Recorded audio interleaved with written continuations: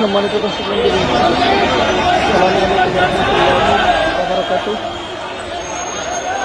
আপনারা দেখতে পাচ্ছেন টাঙ্গাইল সদর টাঙ্গাইল জেলা বিএনপি সাধারণ সম্পাদক অ্যাডভোকেট ফরহাদ, উনি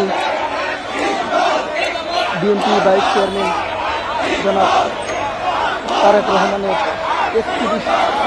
৩১তম রাষ্ট্র অবকাঠামো লিফলেট বিতরণ করছেন এবং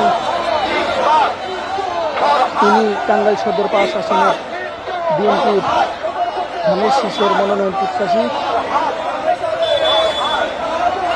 টাঙ্গাইল সদর ৫ আসনের মাটি ও মানুষের নেতা, সবার মুখে স্লোগানে ফরহাদ ইকবাল, এই স্লোগানে মুখরিত টাঙ্গাইল শহর। আমি আপনাদেরকে দেখানোর চেষ্টা করছি। জননী টিভির পাশে থাকবেন এবং লাইক, কমেন্ট, সাবস্ক্রাইব করবেন আমাদের Janani TV YouTube channel. Mohammad Rasel Mia, Janani TV Tangail.